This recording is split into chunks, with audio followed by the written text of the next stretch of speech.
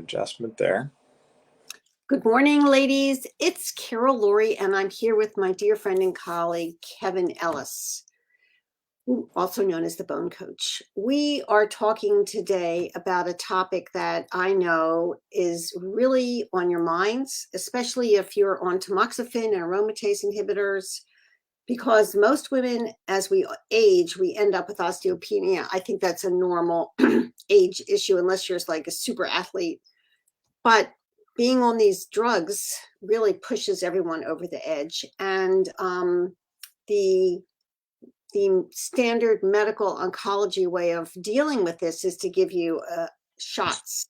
And that medication is another mixed bag. It has pretty intense side effects. So when I first met Kevin and he told me he was the osteoporosis bone coach guy, I thought to myself, why is a man doing this? So his story is really interesting, and welcome, Kevin, and share your story with women, because how you ended up here is fascinating. Yeah. So, and a lot of times, and I'm going to adjust my phone here since we're not on the computer. Yeah, a lot of times when I share with people, that a male, early 30s was diagnosed with osteoporosis, that's really hard to believe because it's usually not the male that's diagnosed with osteoporosis. It's usually somebody a little bit later in life, 50s, 60s, 70s, 80s, something like that. And for me, my health journey really started when I was much, much younger. So when my mother was 5 months pregnant with me, my father was told he had cancer. He passed away 2 months after I was born. I had this fear when I was growing up that I was going to pass away at an early age. And, right around the time I was in my early 30s, I had all these health issues that came to fruition. Poor stress, poor sleep, a lot of gut health issues, diagnosed with celiac disease. So I was malabsorbing nutrients for many, many years. And then I had a bone density scan.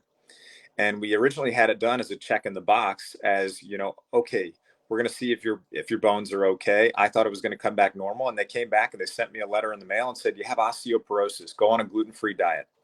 And that was At least they told you to go on a gluten-free diet, which is more than I get with women I work. Hi, you have osteoporosis or Crohn's, just keep doing what you're doing. Nobody says the next thing gluten-free. So you were lucky in that way. I know, right? But I was almost in shock. I remember when I opened that letter up and I read it, the blood rushed out of my face. I just felt these tingles in my cheeks, and I was shocked. And so I had to go get another opinion. I got another opinion, and they confirmed I in fact had osteoporosis. And I immediately started thinking about my family, my kids, my future, fractures, medication, this picture that they were painting for me. And I was like, this is not going to be, my future. Wait, you have to take a second, because that moment is what drives people to make changes. This does not have to be my reality. And whether it's osteoporosis or suffering with chronic fatigue post breast cancer treatment, that empowered approach is really what we're all about. 100%, 100%. And use that. We need to use moments like that as the impetus for change, as the improvement. And for me, that's what I knew that I needed to do something, right? So I started doing some research and reading and consulting with a lot of people and different experts, and spent a lot of money along the way. And then I realized, I started to get the right plan in place. I was improving my health, improving my bones. And I realized in that process, it is not the average 30-year-old male that is dealing with this. It's the 50 to 60-year-old woman who sits down in that office, gets a diagnosis, and is presented with 4 things: calcium, vitamin D, go for a walk, and take a bone medication. Well, I just have to say about that calcium, 99.9, a billion% of the time, it's the wrong calcium, which is not fixing the problem. It's actually contributing to the problem. So yes, go ahead. Yeah. And so, that's what they're presented with. And what I always have to encourage people to do is, we need to pause. We need to take a second to make the most educated and informed decision on the best path forward. And 100%. that's why I created BoneCoach.com. I became a health coach. I built a team around this. And now we have programs that are, and a community of people that are helping over 40,000 people in 1,500 cities around the world. So it's become a real passion of mine. And I love working with this group of people that we work with. And given some hope. So how do women proceed? Like, what you said, the four options, which is as far as I'm concerned, none of them are viable, but a woman is on these drugs or not, and she has osteopenia or osteoporosis. What are some of the recommendations that you suggest? Yeah. So let's even talk about, there is a connection between breast cancer treatment, and your bone health too, right? Absolutely. Some of these medications contribute to bone loss. So Many when of them do. yeah, Yeah. so when we have something like that we already know is going to be a contributor to bone loss, then we really need to make sure that we're making sure we do the right things along the way. So when somebody starts losing bone, they may get to the point where they have osteopenia or even osteoporosis. So You want to describe the difference between those two? Because some people don't know, right? osteoporosis literally means porous bone, and it's a condition characterized by either not enough bone formation, excessive bone loss, or a combination of the two. And in osteoporosis, both your bone density and your bone quality are reduced, and that's going to increase your risk of fracture. So the way you find out you have osteoporosis is through a DEXA scan.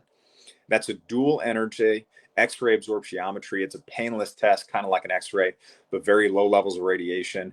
And what you do is you lay down on the machine does a scan, and it tells you the actual mineral content of your bone. And then what it does is it generates a score. And that score is called a T-score. And a T-score is telling you how much your bone mass differs from the bone mass of an average, healthy, approximately 30-year-old adult. And if you have a score of +1 or -1 or 0, that's considered normal or healthy, right? If you have -1 to -2.5, that's considered low bone mass or osteopenia.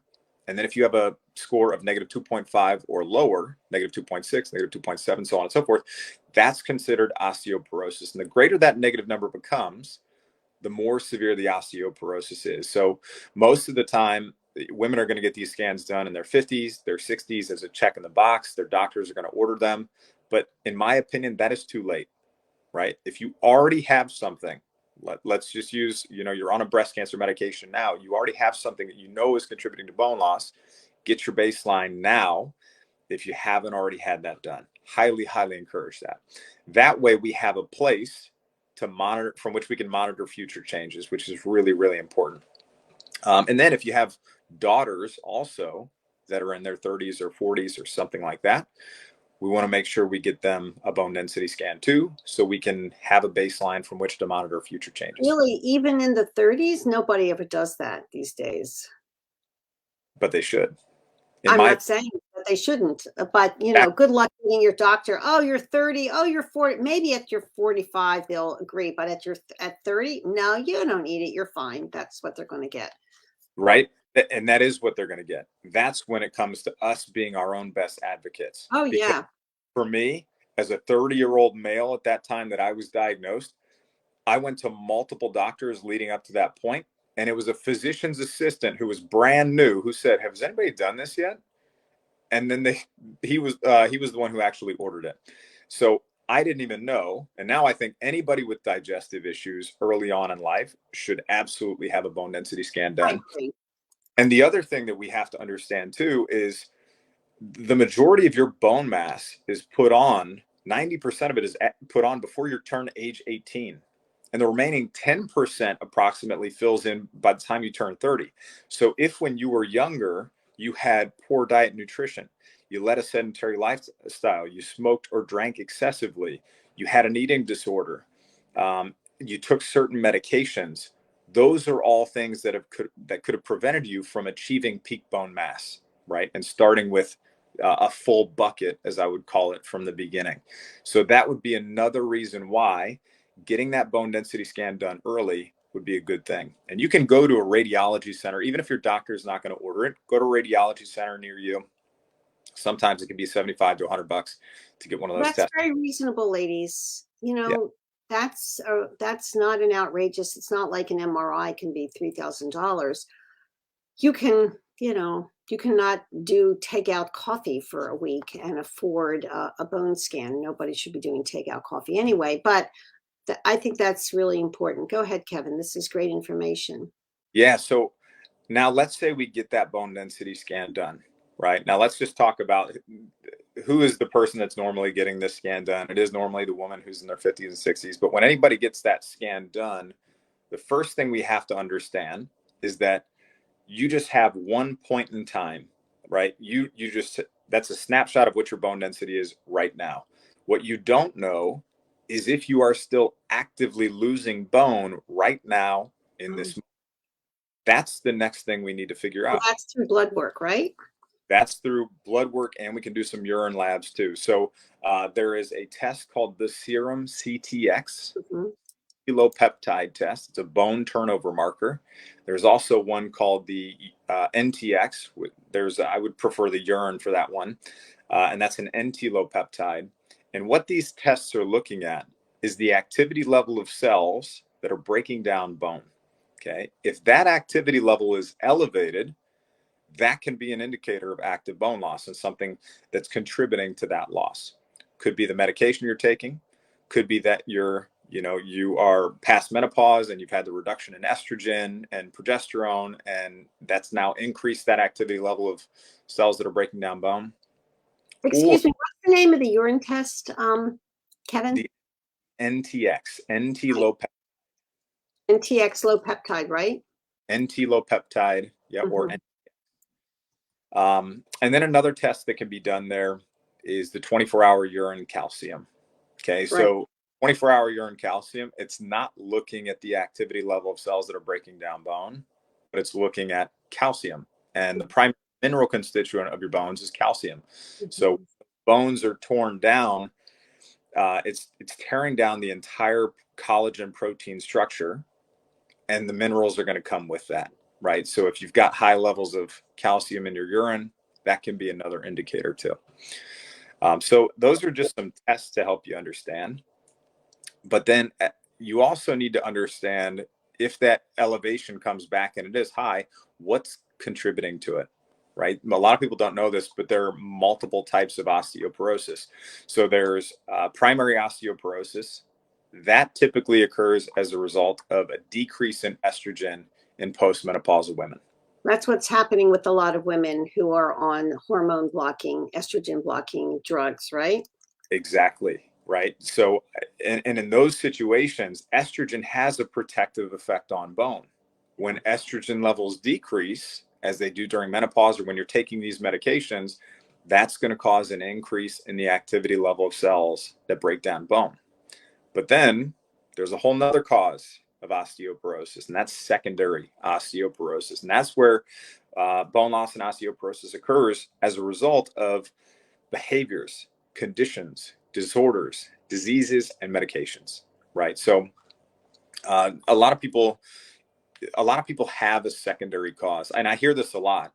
A lot of times people will come to me and they'll say, "Oh, my doctor just said it's just hormones," or we chalk it up to that. That's not good enough, right? We do not want to make assumptions. We want to make objective decisions. So again, that's your job as your own best advocate to say, "Hold up, I think we should investigate this a little bit more." Okay. And then if your doctor says, well, you're fine, let's just take this pill, then what do you do? I mean, here we go into an empowered approach to your life and to your health, right? You need to find somebody who's going to be an advocate for you. You need to have a doctor that respects and listens to you. I mean, you can't be a passive person when it comes to your bone health, because they're not the person who's, if you're on this drug. I have women who were standing there and their long bones fractured from being on these osteoporosis, and they weren't even doing running or marathons. That's extremely painful and disruptive. So yeah. Okay, so we diagnose, we get a baseline, and I have to say that a lot of women come in already to work with me. They have their baseline DEXA scan, which I think is important. And I'd say 80% of the women have osteopenia or porosis. Let's just assume that. If you go into aromatase inhibitors or tamoxifen with this, 100% guarantee it's going to get worse. And taking the Prolia shot, in my opinion, is not a great idea.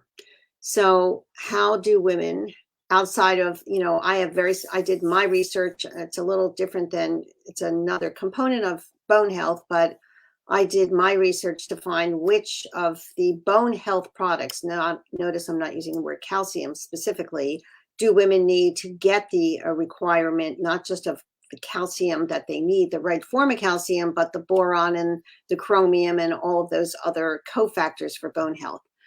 With your program, what do women do? Yeah. So the very first thing that we're wanting to do is we're first trying to get people, we're trying to get as many nutrients as we possibly can through their diet, Mhm. right? So, and there's no perfect approach for every single person Yeah, when it comes to diet. We're all biochemically, genetically unique individuals. We're going to respond to different foods and supplements and dietary approaches differently.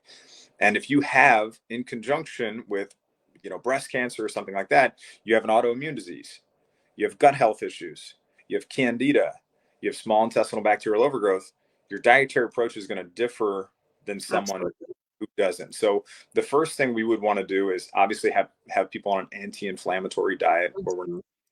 inflammatory foods.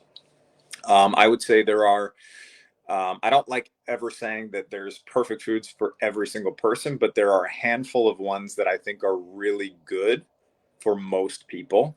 One of them is fish, and specifically like a sardines or mackerel or wild sockeye salmon. And not necessarily the fillets or the whole fish of those, but you can actually get canned fish from Vital Choice or somewhere like that. And those fish will actually have the bones in them.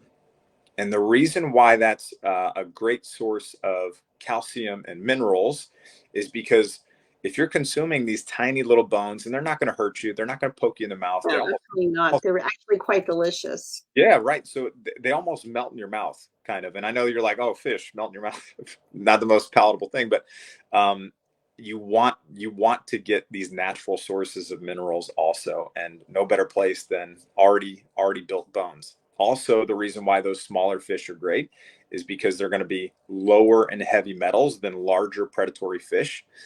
Um, and then also you get protein, right? You get protein. We need protein for stronger muscles and stronger bones. Your bones are 50% protein by volume. A lot of people don't know that. So if you don't have amino acids, which are the building blocks of proteins, you cannot prevent more bone loss or even rebuild stronger bones. And then they also have omega 3s, I was right? just writing healthy fats. Yeah. Yeah, omega 3s are dampeners of inflammation, right? They're healthy fats that are dampeners of inflammation. So I really do like salmon and mackerel. And then another one that I like is arugula. It's a leafy green, same cruciferous family of vegetables as broccoli and kale. And it's one of the great things about it is that it's a rich source of bioavailable calcium. Okay, so it's one of the few plant sources that doesn't have a lot of anti-nutrients in it that are going to bind up that calcium.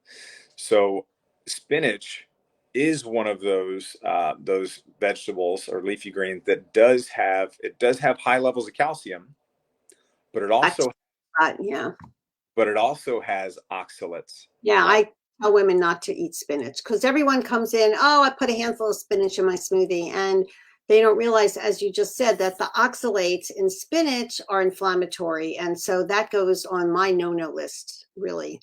Yeah, so with spinach, like you just said, so oxalates, they're an anti-nutrient. They bind up bone healthy minerals like calcium. So let's say Mhm. you go to the store, right? And you pick up a container of spinach and you look on the back and it says, "Oh, this much calcium is inside this spinach." 90 to 95% of that is not bioavailable. You're not even going to get that already. Mhm.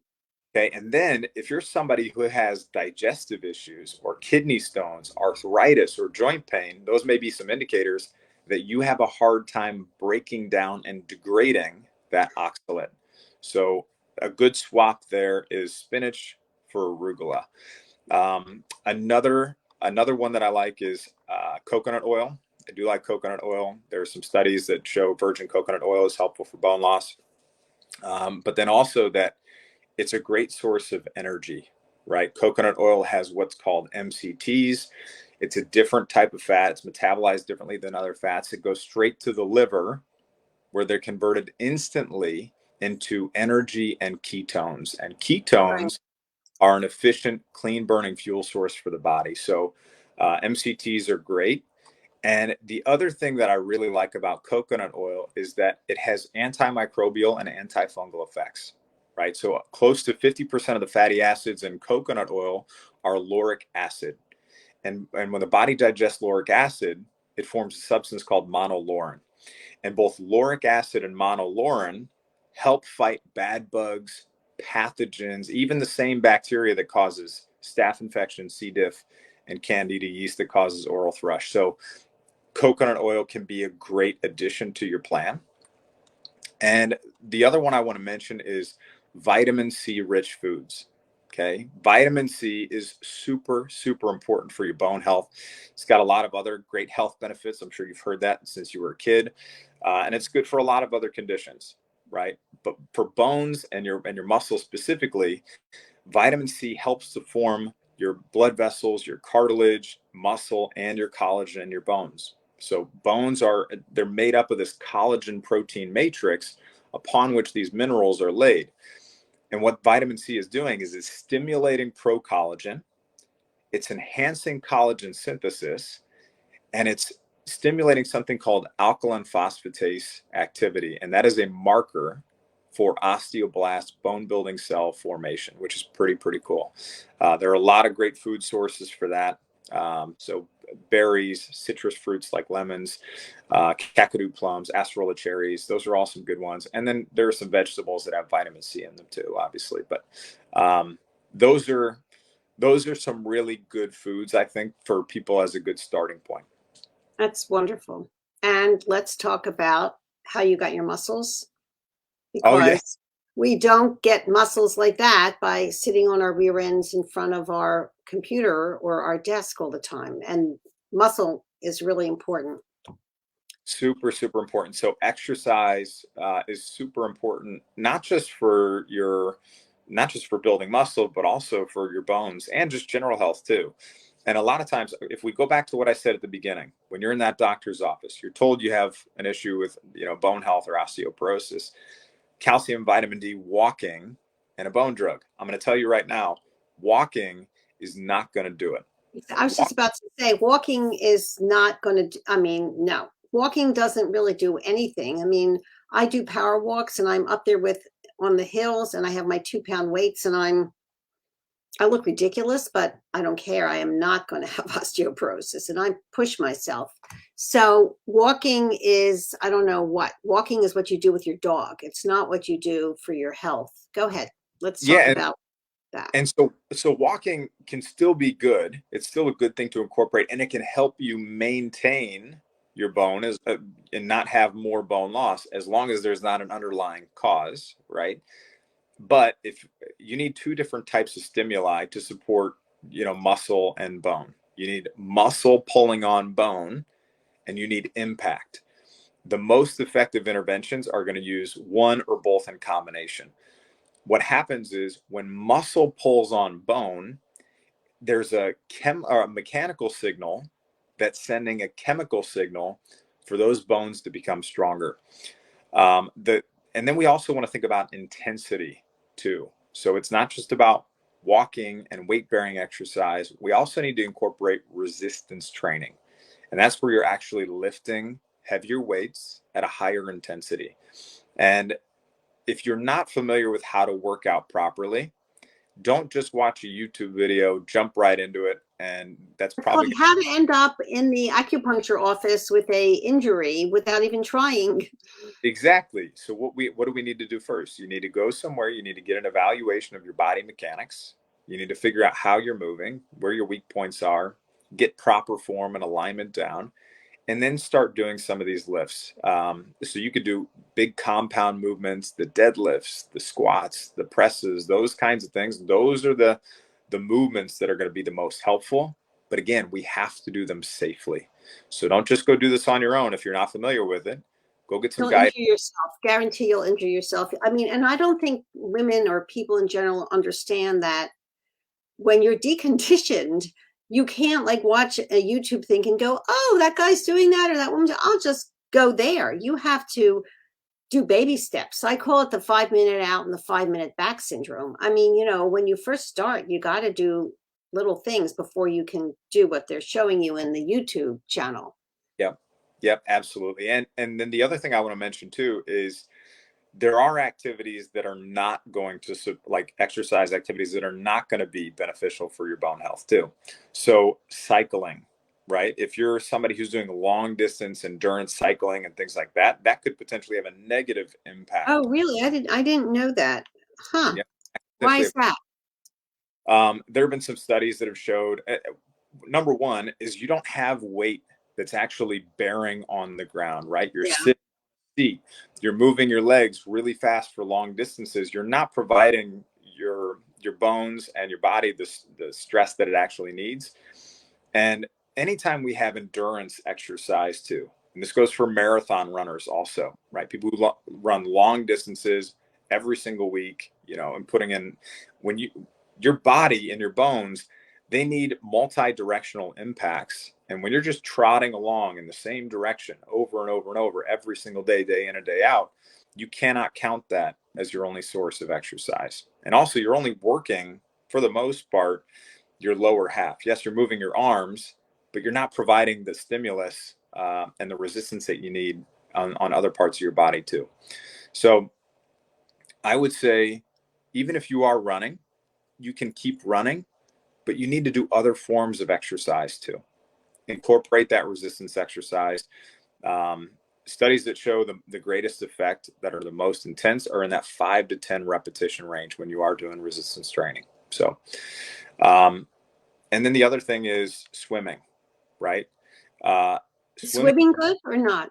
Because I mean, I always talk about how we have to find exercise that matches us. If you asked me to go swim, it would be like not happening. That's not my thing. But some people love to swim. How is swimming for bone health? So there are two things I want to say here, because this goes back to the running and the cycling also. If you love something and it makes you happy and it reduces stress and it brings joy to your life, Mm-hmm. but don't make it the only thing, or don't overdo it, right? So you can still have these things that can still be a part of your life. You just need to find some balance too. With swimming, that's another perfect example. It's not a weight bearing exercise. You're not putting Right. that stress on your body, your bones and your muscles that you need. And if that's, you get in the pool, you do a couple laps, you get out and you say, my exercise is done for the day. It's not, right? Okay. You have to have other or forms of exercise that you're incorporating there too. And but you can still, it's not to say completely avoid them. It's just to say mix it up a little bit too.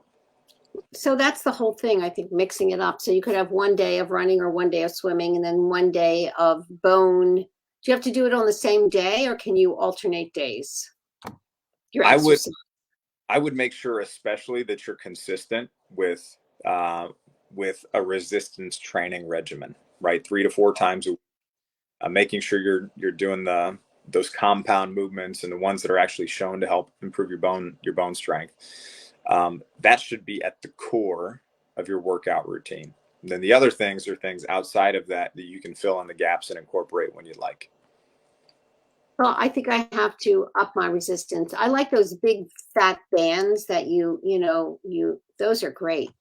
Yeah. So resistance bands, Are especially they if okay you're, or not? I'm learning that they're not okay and I love them, but they're not okay.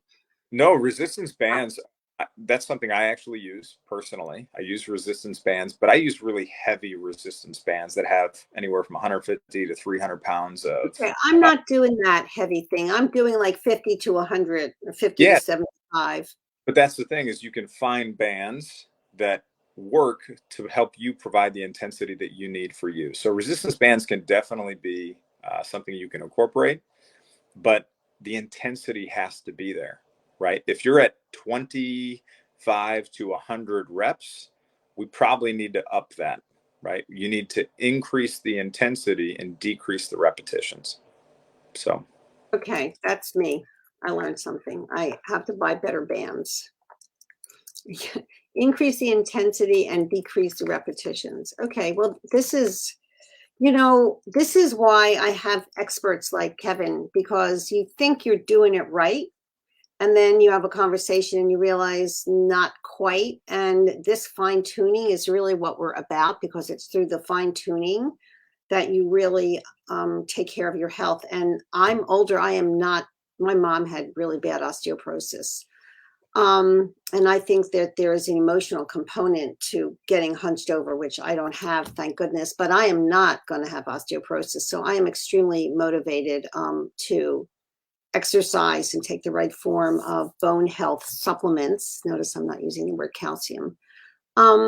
Kevin, how can, I'm going to put the link to your program, here later, but how do women find your website and everything? Yeah, so you can always, and first, thanks so much for having me, in front of your audience, Carol, just to share with them a little bit about bone health. And it is important. And a lot of times I hear what you just shared with me.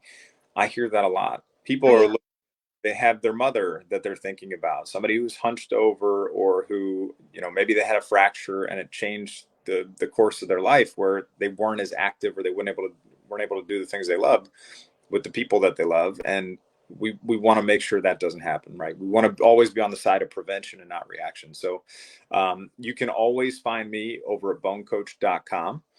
And then, Carol, I know you have a link. We've got my Stronger Bones Masterclass. It's free for your audience, Carol. We'll give them free access to the Stronger Bones Masterclass. And that's going to teach them the 3-step process that we use to help people build stronger bones. And then if you're interested, it tells you how to get more information beyond that. But those are some good starting points. And, we've had a lot of people that we've had situations where somebody's come to us and maybe they've had high levels of bone loss. And in a 3 to 6 month period, we've been able to see that bone loss and those markers be cut in half, which is great. It's great to see that.